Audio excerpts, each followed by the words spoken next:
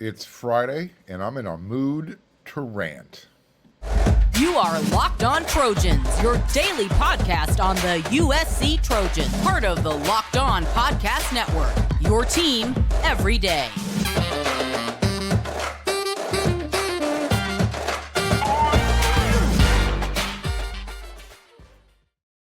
Fight on, everyone. I'm your host, Mark Hulkin, and thank you for making Locked On USC your first listen every day. Whether you're watching on YouTube or wherever you download your podcast, we are free. I appreciate your support. Thanks for being here. If you are watching on YouTube, do me a favor, hit that subscribe button, hit that thumbs up. Both mean a lot to the show. And because we come at you 5 times a week, hit that bell notification button. That way you will not miss an episode. To all of the subscribers, over 3,000 of you, thank you so very, very much. As you know, if you follow the show, lots of you do, I typically save my Friday rant for the final segment as we kind of head off into the sunset for the weekend. Not this week. My back hurts, and I'm in a mood, and I've been reading some really, how should I say this? Some really bizarre takes on USC this week, ranging from who or which program has a higher value, USC or giggle snort, Oregon. So I'm going to spend some time talking about the fan base who easily forgot where they came from soon enough. They are one of the few teams, they are members of the fan base of one of the few teams that's going to challenge USC in 2023. So this team and its fan base will hear its name mentioned frequently. Shortly, coming up. First, I got a rant about an article. I'm going to talk about it. I'm going to warm up into a rant, but it's going to have that flavor throughout the show. I read an article that was throwing some shade on the Trojans' 2024 commitment class, their commitment list. They're doing this on, if you're watching this episode of Locked On USC, on May 12th. Think about this. USC just finished spring camp, barely a month ago? And on May 12th, people are wondering, how come USC's 2024 recruiting class is so disappointing, considering they're coming off an 11-win season, just narrowly missing the playoffs? That is actually very true. So let me preface this segment's rant on the date, May 12th. Barely a month out of spring camp. And a reminder to everybody, including the author of the article that I'm referencing, the early signing period in football starts on December 20th. It runs through December 22nd. We've got a while to go. I mean, USC, the staff, the assistant coaches, they've been hitting the high school circuit. They're making cameos, finding out how things are going, talking to coaches, getting the lowdown. And here's what you need to understand. Things start heating up with USC's recruiting in June with official visits. And those recruiting bashes, the USC has 2 recruiting weekends they're going to hold in June. First weekend, June 2nd, and then another one 2 weeks later, June 16th through the 18th. Those bashes tend to go super bad. Big-time parties with lots of who's who attending. So, would it look better if Lincoln Riley had 7 or 8 commitments? Sure, without a doubt, if you're into those optics. I think it's great that USC is back, and they're being compared to the better programs over the last 10 years or so, Georgia, Ohio State. So yes, The Trojans are in the running for some of the top players in the country, but they're not getting the verbal commitments yet that Georgia, Ohio State, Michigan, Alabama, that those programs are getting. You know what else those programs have in common? They've all been to the playoffs a lot recently. USC hasn't. Yet you're holding USC to that standard. So is it fair to anticipate the same recruiting results after a 1 year sample size of what Lincoln Riley was able to do? Yes, 4 wins to 11 wins. And as I said, they narrowly missed the playoffs. Is it fair to call USC's 2024 class on May 12th underwhelming? I guess it is. I mean, heavy is the head that wears the crown, right? USC hasn't worn it recently, but it still fits. Look, there is so much nuance. A lot of nuisance too. A lot of nuance. Told you I'm in a mood. I got a lot of stuff going on in my head right now. That's involved with recruiting. And in today's recruiting world, you add that with the transfer portal and name, image, and likeness. A lot going on with recruiting. For instance, what if you're saying, how come USC only has, 4 commits compared to these other programs? Well, let me throw a little nuance. I'm not saying this is the case, but what if? What if other recruits, are ready to commit to USC, but they were asked to, hey, do me a favor, stand on the other side of the velvet rope for right now. We'll let you know when it's your turn to make the announcement. Like I said, I'm not saying that's the case, but if Lincoln Riley and everybody wants the best of the best, and a lower rated recruit is ready to commit, sometimes, the harsh realities start to smack that 16, 17, 18-year-old face real fast. Harsh realities of recruiting, especially today. Look, I'm sure USC would love to get a commitment from, here's another example. I've mentioned his name a couple times this week. Emmanuel Okoye. Freaky looking athlete, 6'5", 250-ish, whatever it is. He's at the NFL Academy over there in Great Britain. Well, if you have taken advantage of the subscription special over there at weareusc.com, you would have learned that there could possibly be some academic hurdles. And it's not looking like USC could be his destination right off the bat. So again, a lot of nuance, a lot of stuff goes on behind the scenes that you have to take into consideration. And here's when USC fans, recruiting fans, should start feeling their palms getting moist, starting to sweat.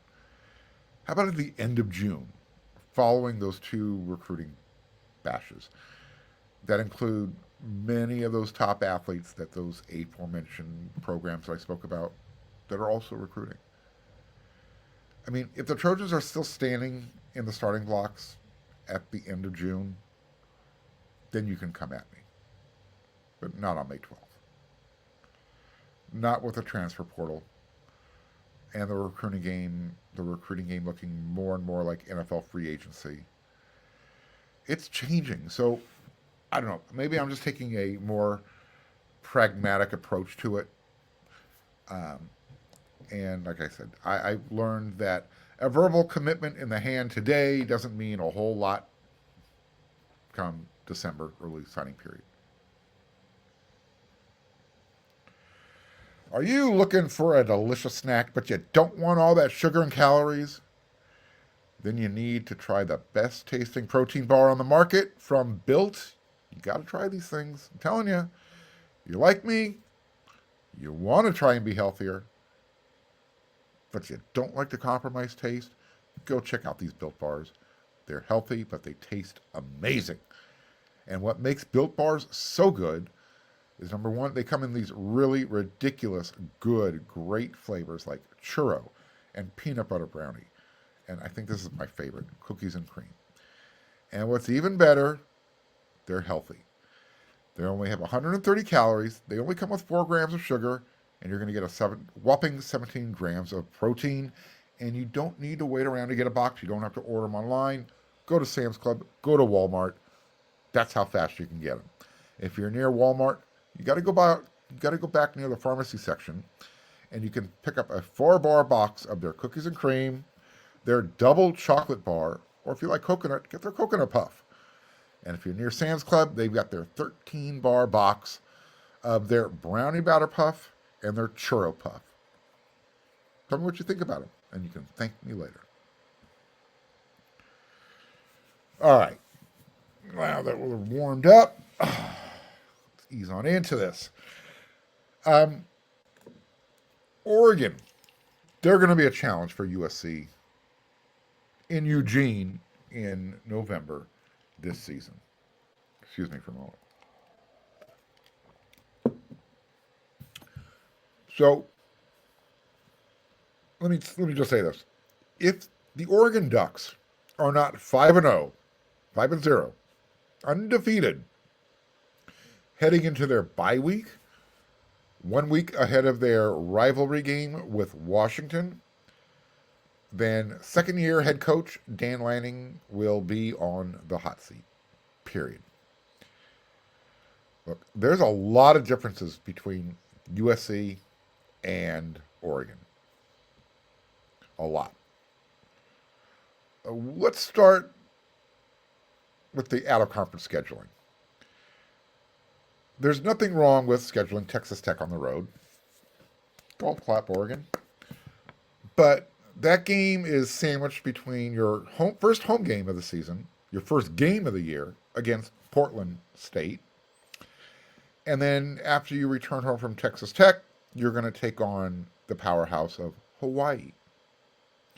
And then you get back-to-back games with Colorado and Stanford before your bye week. Like I said, that is Charmin soft. That is powder puff soft. Anyways, moving forward. Much like USC's schedule, Oregon's schedule will definitely tighten up in the second half. October is their rough point. They're at Washington. They host Washington State, at Utah. Yeah. So, as I just said, the Ducks' month of October is going to be brutal. Now, the good news for Oregon, you got Bo Nix returning to play quarterback for his 18th season. I kid. If he has the opportunity, if I had the opportunity to stay in college and play at that level, I'd probably do it too. So you've got Bo Nix returning. Here's the thing, though. He's going to need to stay mobile and upright because the O-line that only gave up 5 sacks last year, they're gone. Oregon's replacing 4 starters on their offensive line this year. So behind Grandpa Nix playing quarterback is former 5-star Ty Thompson, who's still waiting to break out. But both quarterbacks, as well as their entire offensive room, is still in the honeymoon phase with their new offensive coordinator that's taken over this season.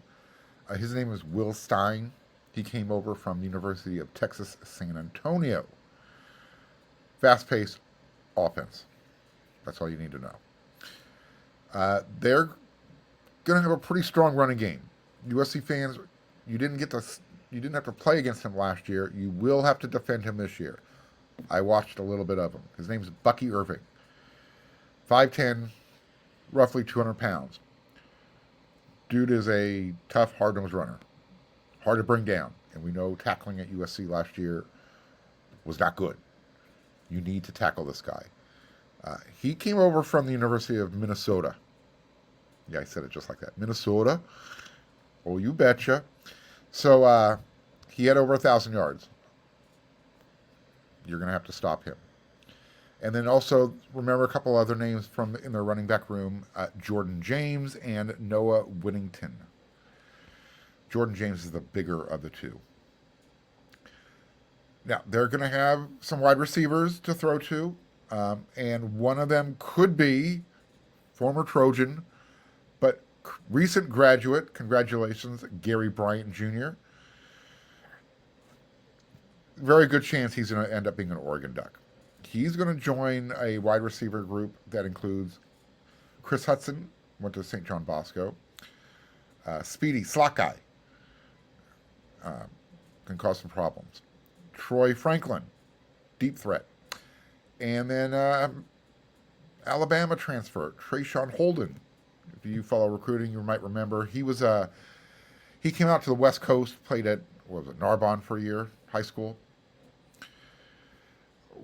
He was like Seven McGee. Well, Seven McGee transferred from Oregon. My point being, when you have players like this in high school who travel coast to coast to play, they don't have a lot of roots, and those types of players get up and pick up and leave often. Not saying you're going to have an issue with Trayshawn Holden, but why would you leave Alabama to go to Oregon? Just saying. I think so. They have some really nice wide receivers to work with, but that program also saw like 3 or 4 wide receivers bail out of town. Now, offensively, I think they're going to put up some points at home, but will they be able to keep up with USC? Defensively, they weren't great last year. I'm talking about Oregon. They were still better than USC. But, they weren't outstanding. Not what you're accustomed to recently from Oregon. And especially with Lanning being a defensive-minded coach. But, just like SC is focused on the transfer portal to fix their areas of concern, so is Oregon. Excuse me. In fact, the Ducks have gone portal crazy with players leaving. So, I think mostly is because Dane Lanning wants to bring in his own guys. A lot of the Mario Cristobal guys that he brought in, it happened when Lincoln Riley took over the USC program. This type of stuff happens. You're trying to change the culture. So post-spring, lots of questions with the Ducks roster. At least I have questions. I'm going to have to get more familiar with it. And, see who's developing as their offensive line, who's going to start at offensive line, on defense, see how that comes together. So I think Oregon, they're definitely going to challenge USC. It'll be later in the year. It's going to be in November. But are they going to challenge them as a spoiler? As I mentioned, Oregon's October schedule is brutal. Or are they going to be a contender? We'll find out.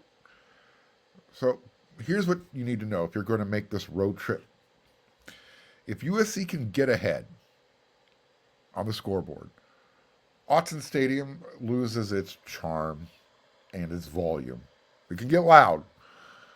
I was up there, the last time I went to a game up there was the year Carson Palmer broke his collarbone. So what I will say is, Oregon Ducks fan, they're passionate, finger quotes. I'd probably characterize them more as belligerent. Look, I'm actually getting into my next segment here very momentarily. Most of Oregon Duck fans are great, but a lot are. That's coming up, like I said, my end of the week rant coming up. So, I mentioned at the top of the show, I've been reading a lot of some really weird, bizarre stuff this week. I love the internet. And I love other fan bases even more. I'm a fan. I appreciate other fan bases, but I also appreciate common sense. I appreciate um, being able to take off the rose colored glasses, so to speak. So, when it comes to the 5 stages of grief, I think Oregon Duck fan is still in the denial stage. Just going to say it, putting it out there. They still can't believe or accept the fact that USC and UCLA, to a lesser degree, do not need the Pac 12 or Oregon, for that matter. And the big conference had no illusions whatsoever of inviting Oregon to join USC and UCLA.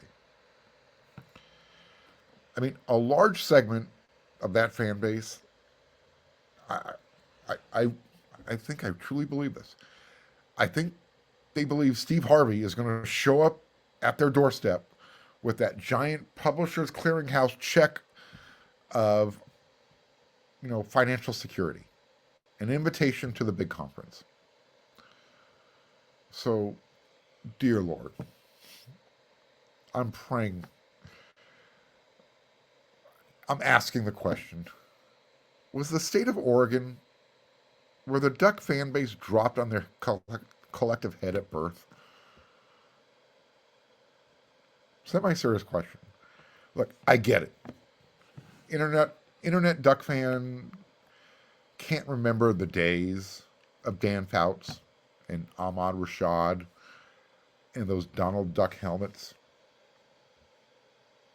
But, I mean, for all that is holy, try, Duck fans, please, try and pretend that gray matter between your ears is functional.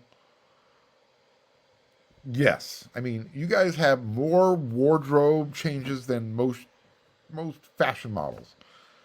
And yes, you have a really rich fashion designer. And yes, your best years happened when Pete Carroll left USC. And you guys had a few solid seasons mixed in during that 10 years prior to Pete Carroll arriving at USC. But that's it. You have basically a 30-year window of being relative on the national stage. And during that same time span that I'm giving you guys a little bit of credit, USC has still done more. And remember, we're talking about a down cycle for USC. They have more Heismans. You guys had one. Well, we know how many USC has. They just added another one to match your one. Expect more coming soon. They've got more Rose Bowl wins. They got more everything, including more value. Yes. There are actually adults in Oregon who follow the Ducks that truly believe the following. I'm going to read you something. Quote, I'm not sure how Oregon's administration would allow their team to jump to the big conference for anything less than what USC and UCLA was given, or any other team for that matter. It would be hard to swallow the pride on that one.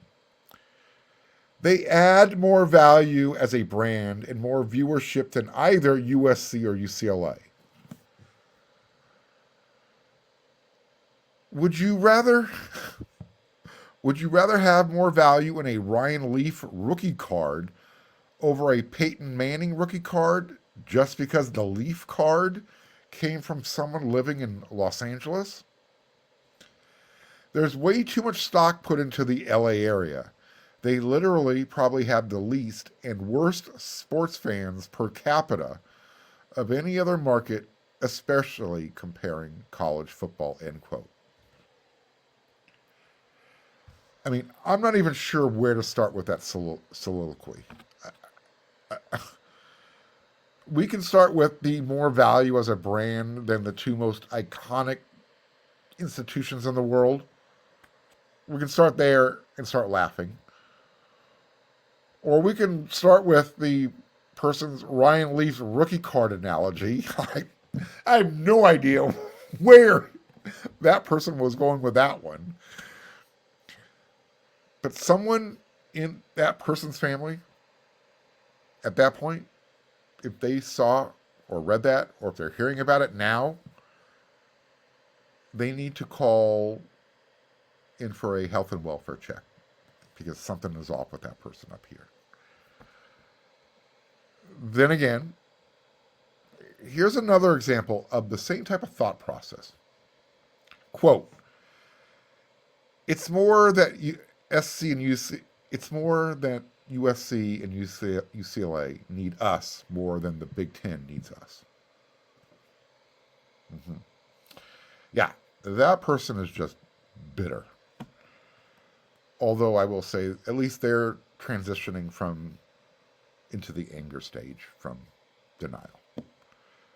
But I would still check for a big bump on his or her head, nonetheless. Listen, Oregon Duck fan, stop trying to be 6'5" and looking like a number one draft pick. You're never going to be 6'5", and good luck trying to look like USC. You're 5'5". On your best day, standing on your tippy toes, saying, "Look at me." That's who you are, Oregon.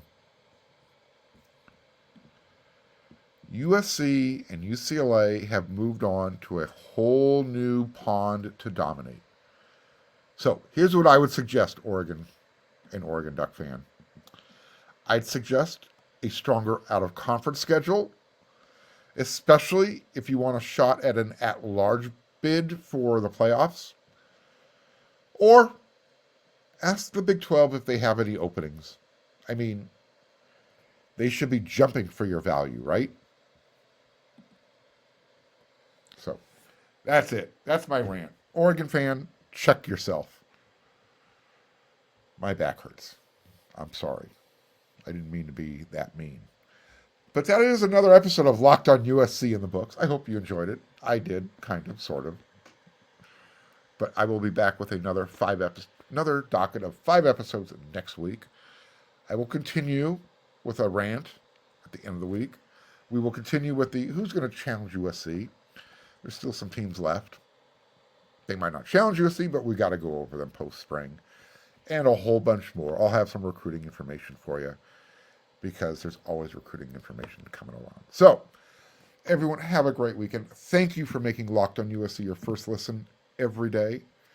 When you're done listening to me, head on over to wearersc.com. Check it out. We've got a lot of good stuff for you over there. So, until then, everyone, you know what to do.